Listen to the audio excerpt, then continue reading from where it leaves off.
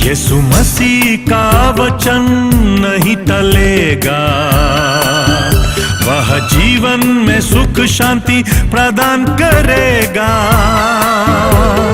धन्य है जो वह पढ़ता सुनता और ध्यान रखते हैं। वह हृदय में आनंद है, आंखों की ज्योति है, आत्मा में नव जीवन का संचार करता है।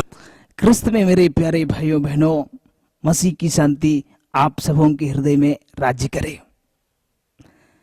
मेरे प्रियजनों, पवित्र बाइबल बताती है धार्मिकता हमें जीवन की ओर ले जाती है, किंतु बुराई करने वाला मृत्यु की ओर बढ़ता है। और ईसा मसीह बताते हैं, मार्ग सत्य और जीवन में हो, मुझसे होकर गए बिना कोई पिता के पास नहीं आ सकता है। धार्मिकता अर्थात सत्य हमें जीवन की ओर ले जाती है, और ईसा मसीह बोलते हैं, मार्ग सत्य और जीवन में हो, मुझसे होकर गए बिना कोई पिता के पास नहीं आ सकता है। और संत पौलुस बोलता है, इस दुनिया में हम एक परदेसी है, हमारा स्वदेश तो स्वर्ग है। अर्थात इस दुनिया में हम एक परदेसी के समान है। जिंदगी के इस सफर में, स्वर्ग के इस सफर में प्रत्येक व्यक्ति को रुक करके विचार करना चाहिए, प्रत्येक व्यक्ति को खड़ा होकर के विचार करना चाहिए।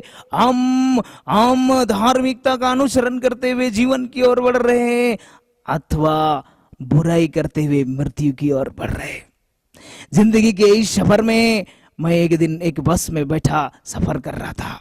मैं झारखंड की रांची राजधानी से अपना आश्रम हजारीबाग की ओर जा रहा था। मैं बस में बैठ गया और हम कुछ यात्रियों को लेकर बस रांची से हजारीबाग की ओर दौड़ने लगे।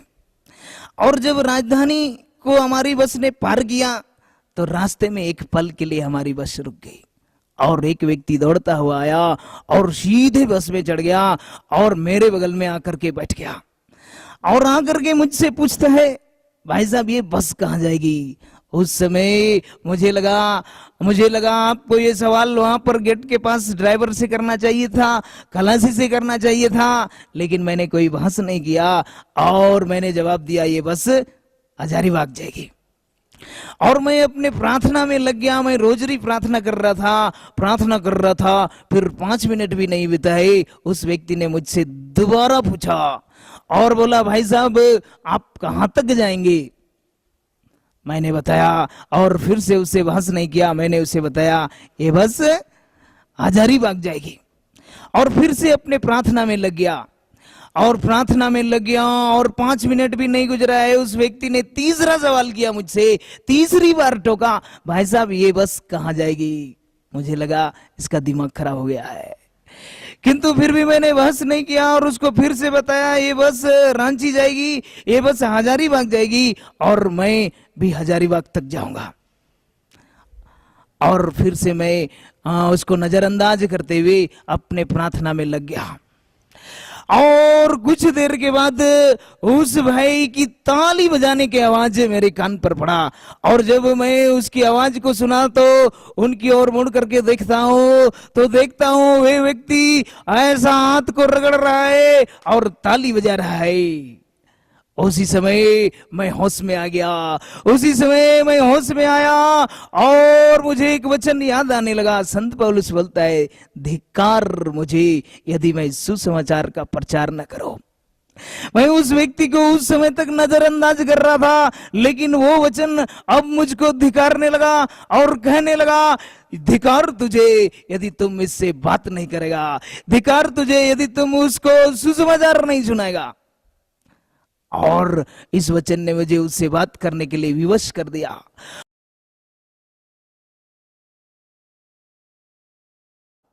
मुझे लगा मैं फंस गया, किंतु उसी समय पवित्र आत्मा ने एक और वचन याद दिलाया।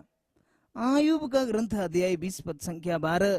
मुझे याद आया, बुराई का स्वाद उसे इतना पसंद है कि वह उसे अपने जीभ के नीचे छुपाता है और उसका तालु उसका स्वाद लेता रहता है।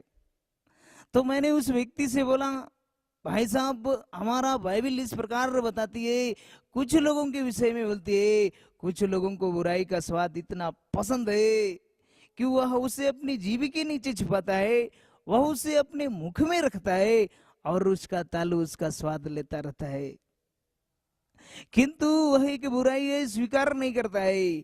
आप इसे स्वीकार करते हैं, आप इसे खाते हैं, आप इसे ग्रहण करते हैं, इसलिए आप स्वीकार नहीं कर रहे हैं कि यह एक बुराई है। जैसे ही मैंने इस प्रकार उस व्यक्ति से बोला, उस व्यक्ति ने तुरंत मुझसे पूछा, क्या तुम एक ईसाई हो? मैंने उसे जवाब दिया, जी हाँ, मैं एक ईसाई हूं। जी हाँ, मैं एक ईसाई हूं।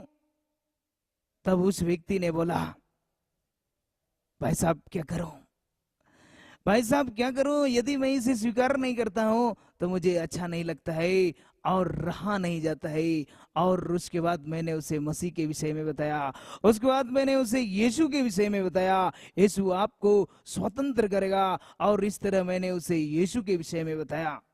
मेरे प्रिय भाइयों बहनों, ये घटना न सिर्फ उस व्यक्ति से संबंध रखता है, ये घटना पूरी दुनिया से संबंध रखता है। ये घटना आपसे भी संबंध रखता होगा।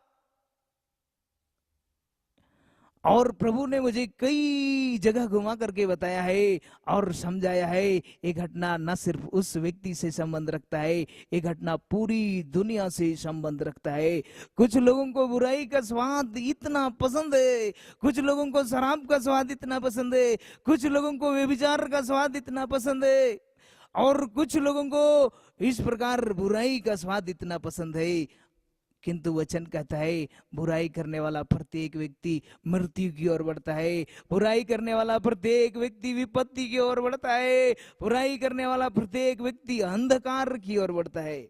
मेरे प्रिय भाइयों एवं बहनों, मैंने इसे देखा है और बाइबल समझाती है, आज का जमाना, आज की युवा बुराई की ओर कैसे भाग रहा है, उसके विषय में बाइबल कहता है, वह तुरंत उसके पीछे हो लेता है, बैल की तरह जिसे कसाई खाने ले जाया जा रहा है। मेरे प्रिय भाइयों बहनों, प्रभु यह नहीं चाहता आप बुराई करते हुए आपको जीवन से हाथ धोना पड़े।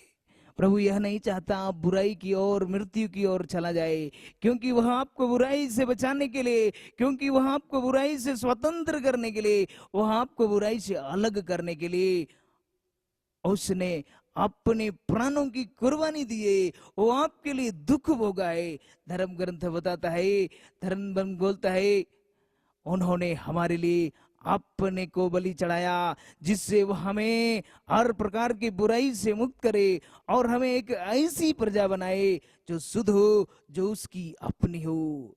मेरे प्रिय भाइयों एवं बहनों, यदि आप हर प्रकार की बुराई से बैर करेंगे, हर प्रकार की बुराई से बैर करते हुए उससे अलग होकर ईश्वर को प्यार करेंगे, धार्मिकता का अनुसरण करेंगे, ईसा मसीह का अनुसरण करेंगे, सत्य का अनुसरण करेंगे, ईसा मसीह आपके जीवन में प्रकट हो जाएगा, ईसा मसीह आपके जीवन में उत्सुक हो जाएगा।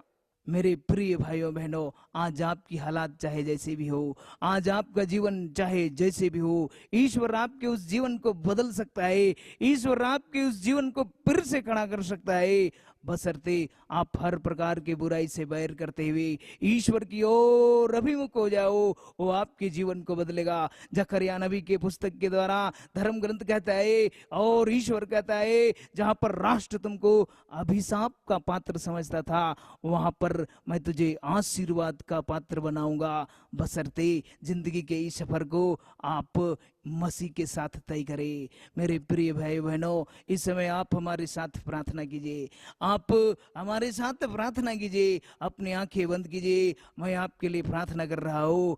Hallelujah, hallelujah, hallelujah, hallelujah, hallelujah.